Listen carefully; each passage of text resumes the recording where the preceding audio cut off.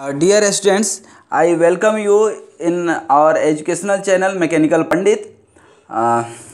Today we are going to discuss one of the important topic, stiffness influence coefficient. That is the topic of multi-degree of freedom system under the mechanical vibration. Mechanical vibration में जब हमने influence coefficient पढ़ाया था, आपको याद हो यदि video तो जस्ट 1 मिनट के लिए रिवीजन कर लें कि ये इन्फ्लुएंस कोफिशिएंट होता था।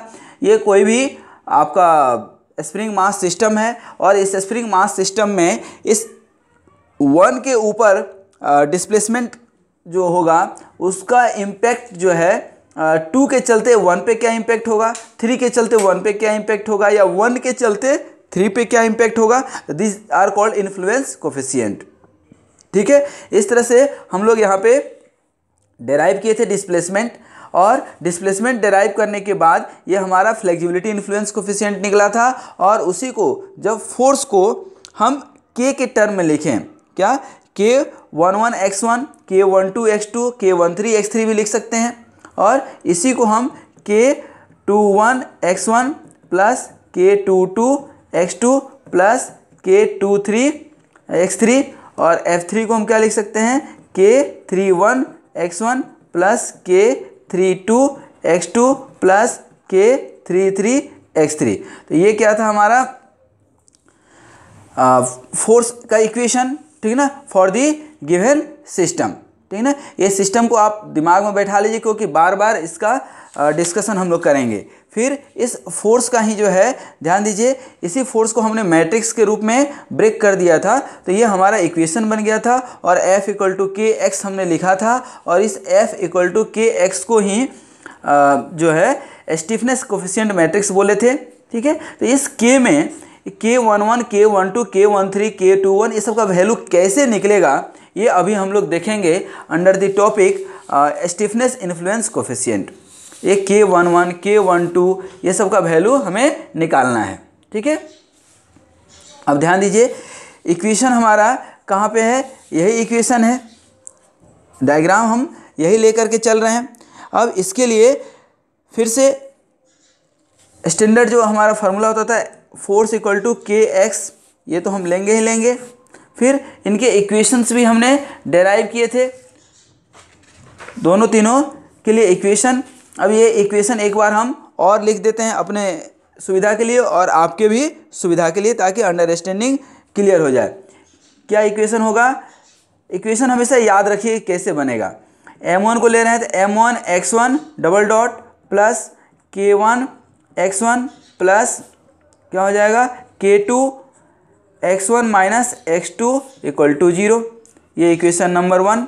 ठीक है, उसी तरह से आपका ये क्या हो जाएगा m2 x2 double dot plus 2 को पकड़े हैं तो क्या हो जाएगा k2 x2 minus x1 plus k3 x2 minus x3 minus x3 = 0। ये क्या हो गया इक्वेशन नंबर 2। और 3 के लिए क्या हो जाएगा m3 x3 double dot plus यहाँ पे क्या हो जाएगा k3 और x3 माइनस x2। ये इक्वेशन नंबर क्या हो गया आपका 3। अब इसको एक एक करके सॉल्व करते हैं। ठीक है, अब केस 1, जिस तरह से फ्लेक्सिबिलिटी इन्फ्लुएंस कोफिशिएंट में 3 केस कंसीडर किए थे 3 मास के लिए, उसी तरह यहाँ भी 3 मास के लिए 3 केस कंसीडर करेंगे। तो केस 1 में we assume the displacement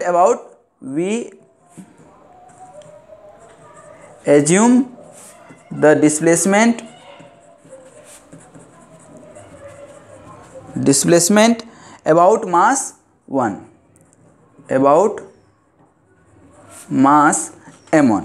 अब ये m1 के चलते कर रहे हैं, तब क्या हो जाएगा, जिस तरह से फ्लेक्सिबिलिटी इन्फ्लुएंस कोफिशिएंट में यदि आपको याद हो तो F1 0 होता था, F2 1, F3 0, इस तरह से। उसी तरह से यहाँ भी देन क्या हो जाएगा x1 1 होगा, x2 0 और x3 क्या हो जाएगा 0। ठीक है, तो अब यहाँ पे F1 जब आप निकालेंगे F1, तो F1 इक्वेशन क्या होता था इसका, इक्वेशन आपका फ्लेक्सिबिलिटी इन्फ्लुएंस कोफिशिएंट का इक्वेशन आपको यहाँ पे मिल जाएगा देखने। देखिए यहाँ पे यही है ना आपका K11 x1, K12 x2, K13। तो अब यहाँ पे x1 तो 1 है, x1 1 है, लेकिन ये सब x2 x3 0 है, तो f1 क्या हो जाएगा K11 x1, तो x1 तो 1 है। उसी तरह से f2 क्या होगा, अब बताइए, ये x1 1 है, ये सब 0 है, तो क्या हो जाएगा K2 1, और f3 क्या हो जाएगा आपका K3 1। ये तीनों आपका निकल गया K3 1।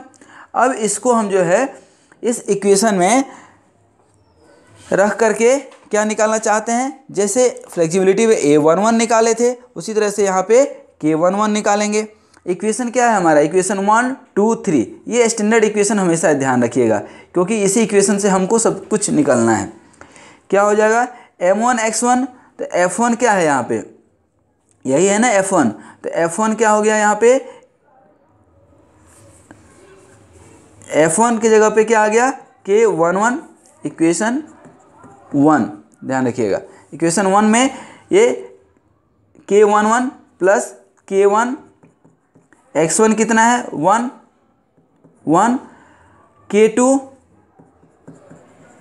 x2 कितना है, x1 कितना है 1 और x2 कितना है 0, इक्वल टू 0। ये इक्वेशन नंबर 1 हो जाएगा। यहाँ पे अब आप K11 जब आप निकालेंगे K11, तो आप देखिए क्या इक्वेशन बनेगा, K1 प्लस K2 बनेगा कि नहीं। तो ये इस तरह से आपका K11 निकल गया, ठीक है।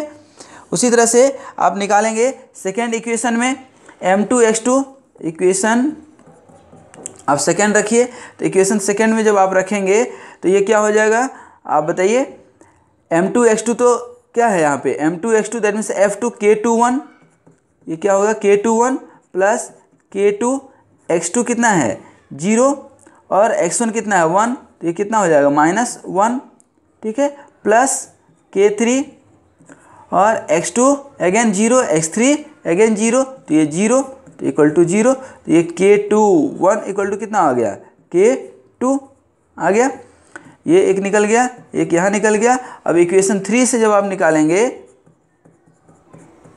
इक्वेशन 3 से, तो M3 x3, तो M3 x3 दैट मीन्स क्या F3, तो K31 हो जाएगा, K31 यहाँ पे जो है आपका K31 आ गया, ये K31 और K3 plus K3 x3 minus x2 क्या है 0 माइनस 0, क्योंकि x3 का क्या है 0 और x2 भी क्या है 0, तो equal to 0, that means K31 equal to 0। तो ये हो गया आपका 3 निकल गया, K11 K21 और K31। और आपको यही तो निकालना था, देखिए यहाँ पे K11 निकल गया, K11, K21 निकल गया, K31, तो ये एक कॉलम निकल गया। अब दूसरा कॉलम निकालेंगे, तो दूसरे कॉलम के लिए क्या कंसीडर करेंगे, केस नंबर 2। केस नंबर 2 क्या, कंसीडर डिस्प्लेसमेंट ऑफ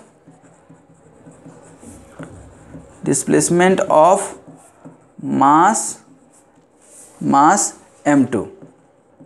तो M2 के लिए जब आप करेंगे तो देन क्या हो जाएगा, ध्यान दीजिए, x1 0 हो जाएगा और x2 क्या हो जाएगा 1 और x3 क्या हो जाएगा 0, ठीक है ना। अब फिर से आपको वही पेटेंटेड इक्वेशन यहाँ मालूम है, ठीक है। तो अब यहाँ पे आप निकालेंगे पहले F1, तो F1 क्या होगा, इस इक्वेशन से पहले F1 F2 F3 निकाल लीजिए।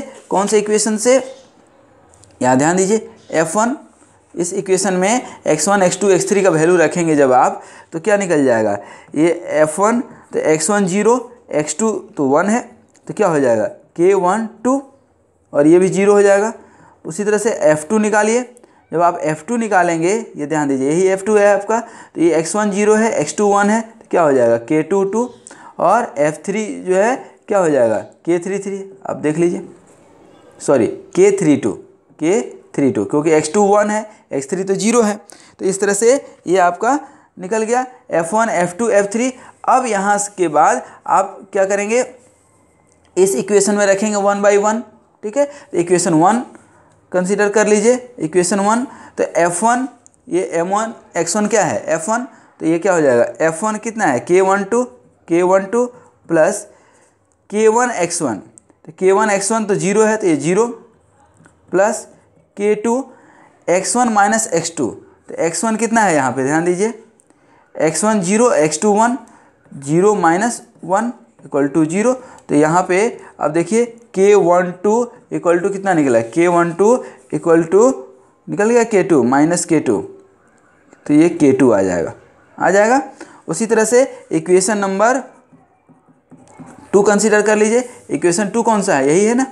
इक्वेशन 2 में m2 x2, तो m2 x2 that means f2, तो f2 कितना है k22, तो ये क्या है k22, ठीक है,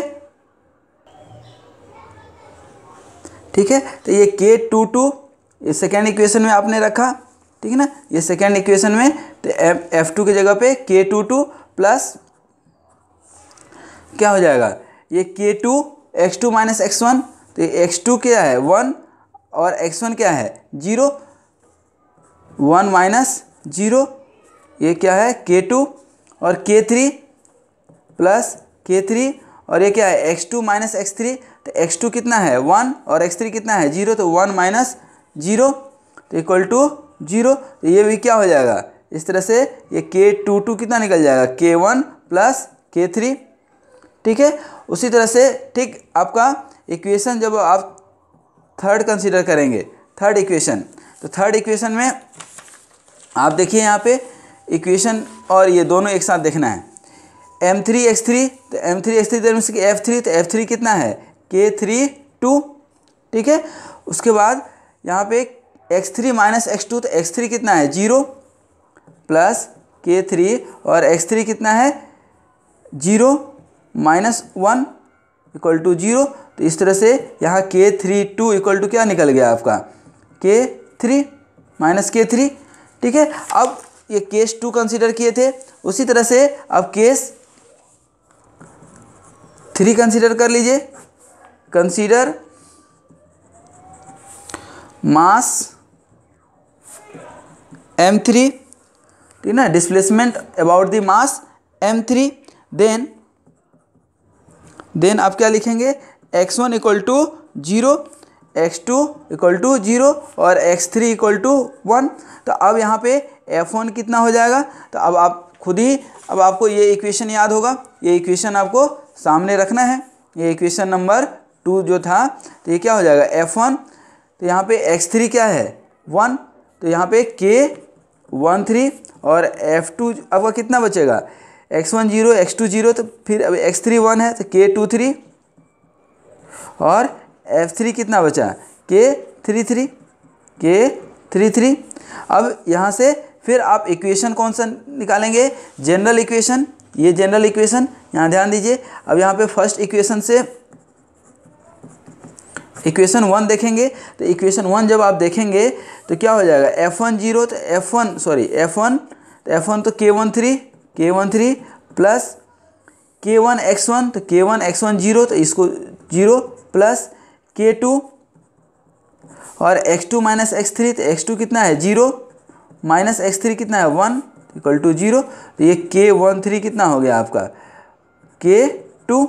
उसी तरह से इक्वेशन 2 देखिए, इक्वेशन 2 कौन सा है m2 x2, तो ये भी m2 x2 that means f2, तो कितना हो गया k23 plus k2 x2 minus x1, तो x2 माइनस x1 0, तो k2 ये पूरा टर्म 0 हो जाएगा प्लस k3 कितना होगा x2 माइनस x3, तो x2 अब कितना है 0 और माइनस x3, तो 0 माइनस 1 इक्वल टू 0, तो ये k23 इक्वल टू कितना हो जाएगा k3, ये एक निकल गया, ये निकल गया।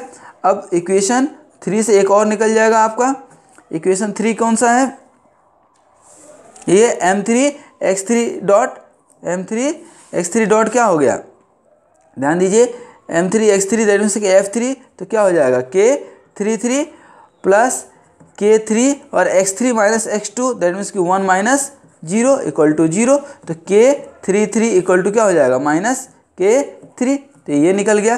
तो इस तरह से जब आप देखेंगे फ्लेक्सिबिलिटी आपका जो है स्टिफनेस कोफिशिएंट का ये जो वैल्यू था, ठीक है ना, स्टिफनेस कोफिशिएंट का वैल्यू k11 k12 k13, तब ये सब का वैल्यू निकल चुका है अब हमारे पास। ध्यान दीजिए यहाँ पे k11 दैट मीन्स कि यहाँ पे ध्यान दीजिए k11 का निकल गया, K21 या K12 दोनों बात बराबर है। K31 निकल गया, K12 निकल गया, ध्यान दीजिए, K12 निकल गया, K22 निकल गया, K32 निकल गया, यहाँ से K13, ध्यान दीजिए, K13 निकल गया यहाँ पे, K2, उसी तरह से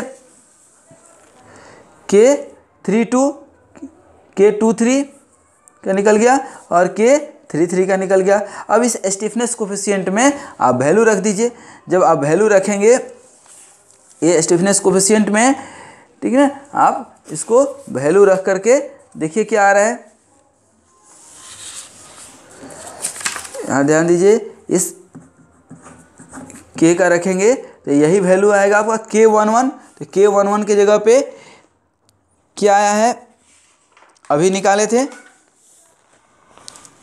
K11, एक बार आप देख लीजिए, K11 K1 प्लस K2, ध्यान दीजिए, तो यहाँ पे क्या हो जाएगा, K1 प्लस K2, उसके बाद K12 कितना निकला है देख लीजिए, K2,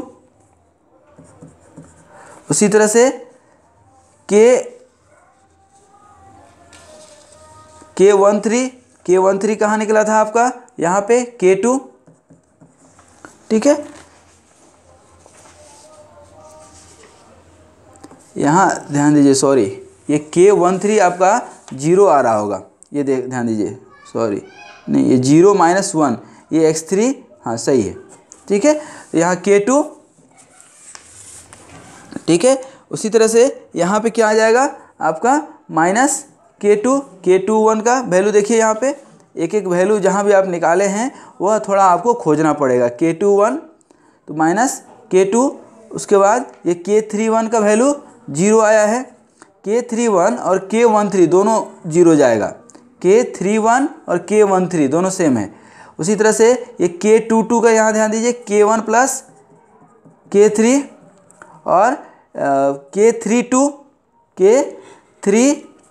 that means minus K3, उसके बाद अब यहाँ पे वैल्यू निकला है K23 दैट मीन्स K3 और K33 माइनस K3, तो ये क्या हो गया आपका इन्फ्लुएंस कोफिशिएंट। तो this is the very important equation to derive, and this is called stiffness coefficient, stiffness influence coefficient, stiffness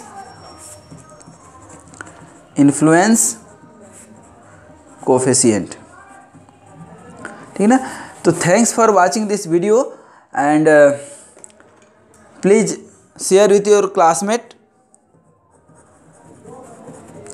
इसके बाद multi degree of freedom system के कुछ और methods like matrix method, matrix iteration method, ठीक ना, उसके बाद होल्जर मेथड है, स्टोडला मेथड्स है, ये सब हम लोग डिस्कस करेंगे। These all methods are used to find the natural frequency of the multi degree of freedom system, ठीक ना। तो इस मेथड से हम लोग multi degree of freedom system की नेचुरल फ्रीक्वेंसी निकालने के लिए देखेंगे। तब तक के लिए आपको बहुत बहुत धन्यवाद। इन वीडियो को आप देखते रहिए। Thank you very much.